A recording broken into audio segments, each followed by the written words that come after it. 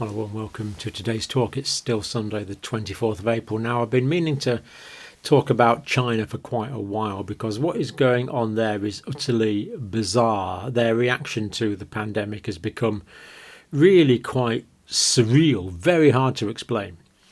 But rather than just go, oh, isn't China being silly? There's things about the Chinese approach that I think we can learn quite a lot from in our Western countries as well. Not so much about the way they're handling the technicalities of the pandemic, because that's appalling, but in other things. You'll see what I mean in a minute. Let's get some of this basic facts, though, first of all, about China. Lots of popular news outlets. Help yourself. This is commonly available material. So Beijing, 22 cases.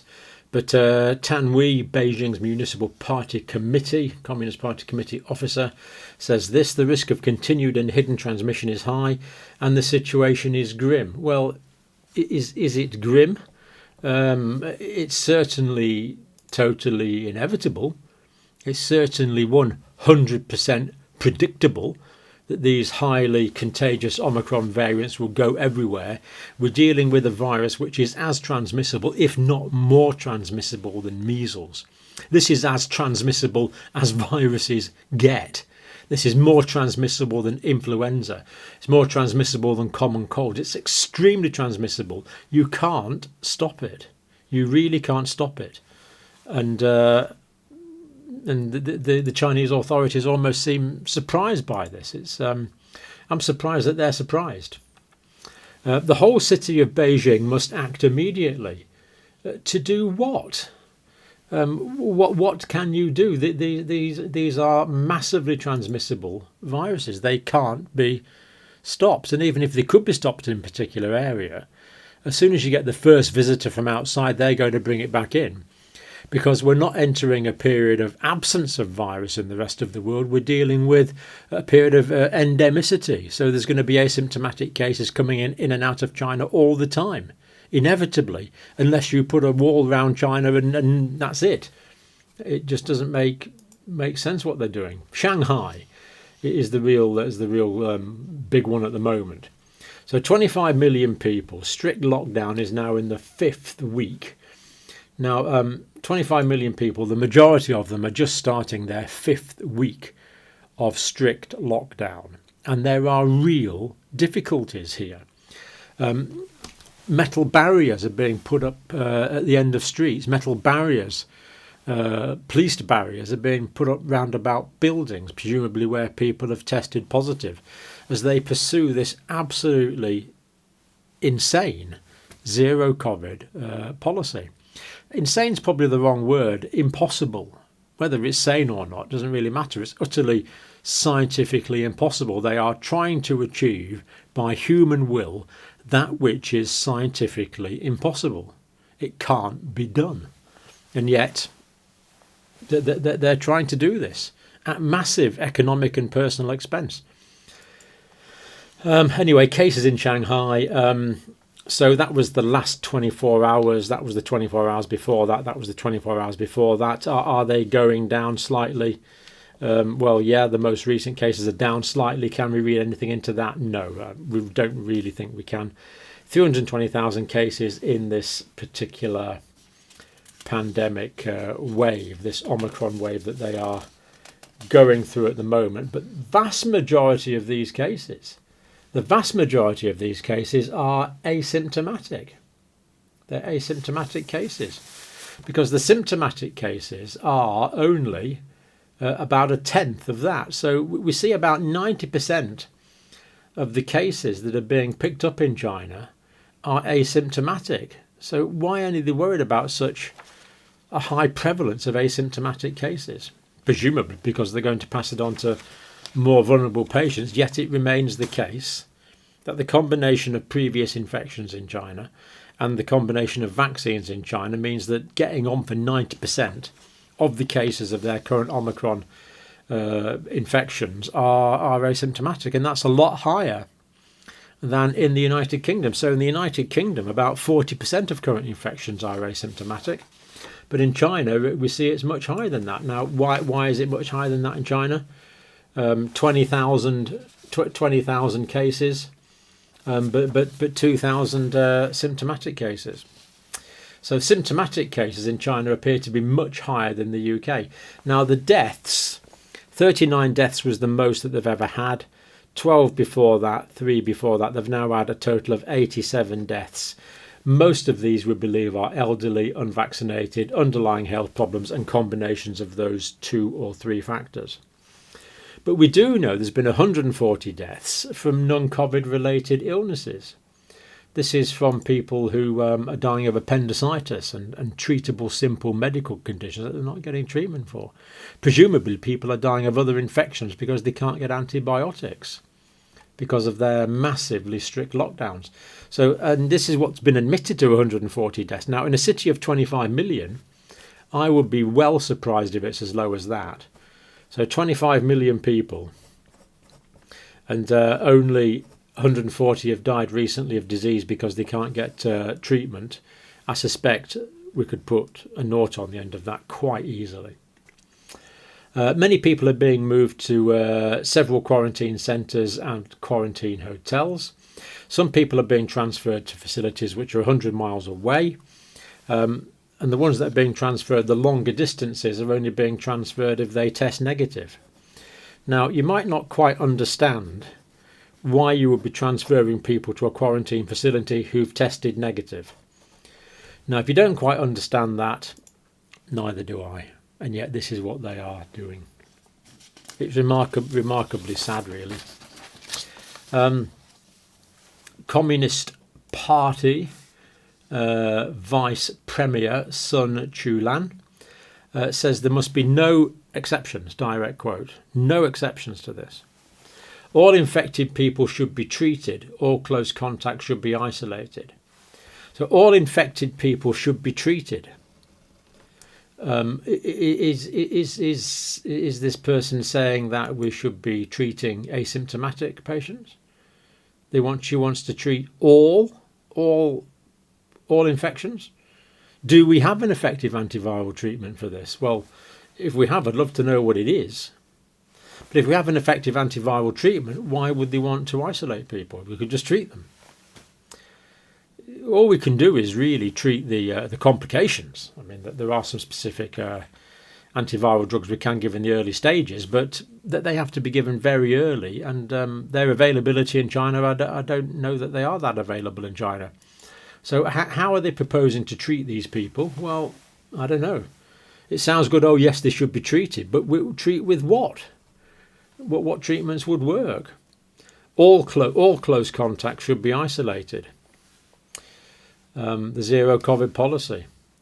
And that means transferred to a government-run centralised quarantine, basically a closed facility where people aren't allowed to come and go and must stay there till they test negative several times. And we've heard that some of these facilities are well provisioned, the food is acceptable. Others, apparently, there isn't much in the way of food there, or other medical care. So are people getting their insulin? Are they getting their hypertensive medications? It appears very often not. They're not allowed to take their pets with them, which of course is immensely distressing for the animals and the humans. People have to leave their front doors open and their cupboard doors open so they can be inspected. Very strange situation. People's Daily, basically a mouthpiece of the hierarchy.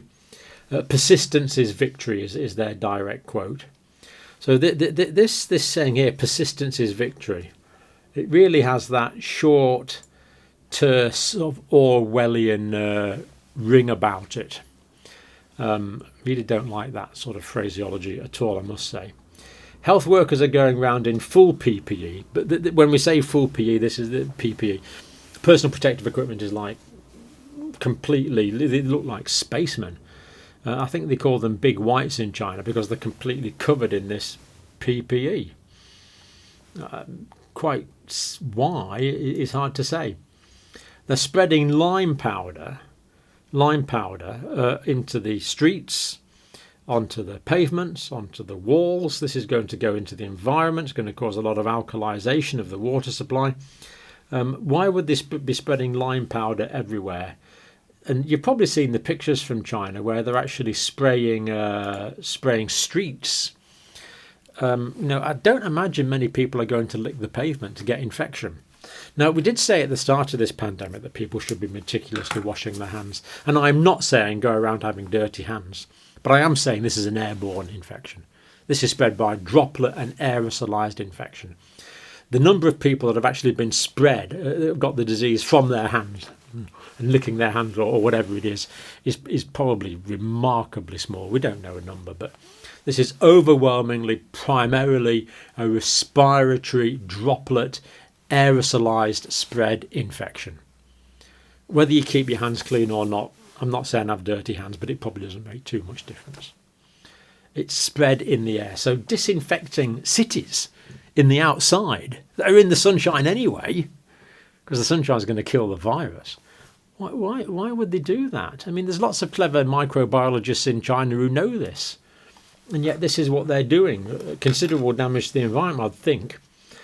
Disinfection measures will be in homes. So some people are forced to move out while the actual home is disinfected with the virus. This just makes no scientific sense at all. And overwhelmed delivery services, meaning that a lot of people are hungry. And I've had messages from people saying that there is definitely food shortages in that area. Now, rather than criticise China, I've just you can switch off now, that's the main news, but I've just sort of sketched out a few things that we might learn from that. So in China, this has come from the top. There's no question about that. Someone is dictating the narrative, going against that which is scientifically credible. Now, would we do that in our countries? Do we have a single narrative that's allowed? Are other narratives disallowed? And we could be talking about science, we could be talking about COVID, we could be talking about many things. I can remember in my early days in academia there was some freedom of speech. Now in academia in the UK there is not. There are many views you are simply not allowed to hold. You can be as vocal as you want about the accepted narrative, but the unaccepted narrative is not acceptable. This is what we used to call censorship. So in China they have censorship. Rather than calling China out, shall we look at ourselves and say, just a minute, is censorship a problem in England's green and pleasant land? Is censorship a problem in the land of the free and the home of the brave? Worth asking that. Are mainstream media collaborating with the single narrative that's allowed so that we're only given the correct narrative? Look, don't worry about it. I'll tell you what you need to know. All you've got to do is trust me and I'll tell you what you need to know. Now, I'm not going to tolerate any other narratives. You must only believe mine. But I'm the font of all wisdom, so I'm going to tell you. And your role is to fall into line and say, thank you. Is this what is happening? This is what's happening in China. Is this what is happening in our countries? Maybe it is. A single enforced narrative. Powerful people dictate knowledge. So that which is right and wrong in China is spread by dictate. So in this country, are powerful people controlling knowledge? Do they decide what scientific research is done and what scientific research is not done? Do they decide what papers are published and what papers aren't published? Is there extreme publication bias, whereas only papers supporting a particular point of view are published? Papers that go against the particular narrative that the paying person wants to have, is the research not done in the first place? Are they censored? Are scientific papers ghost-written? Well, we know that some of them are. So if you actually can't trust the actual underpinning science, then where is the solid foundation that you put your feet on? If science has no meaning, as it appears not to have in China, are we falling into the same trap, or even worse, have we already fallen into that trap where powerful people dictate knowledge? Publications are selected and modified. So this is what concerns me most. It's the actual fundamental science. Now, you expect the odd useful idiot as a chief medical officer or chief scientific officer. We get those from time to time, of course.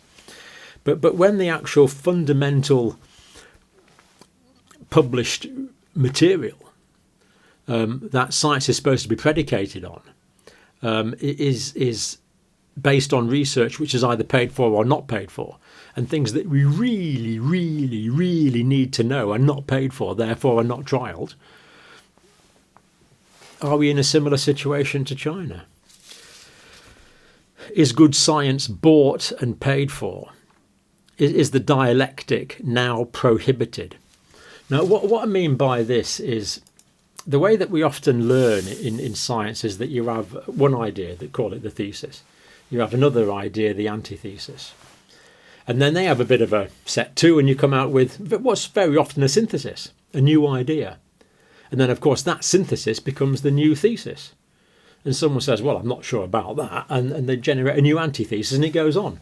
So you have thesis, antithesis, synthesis. New synthesis becomes a thesis, antithesis, new synthesis, and knowledge goes on. But that only works if you're allowed to disagree. So we used to believe that the continents were fixed.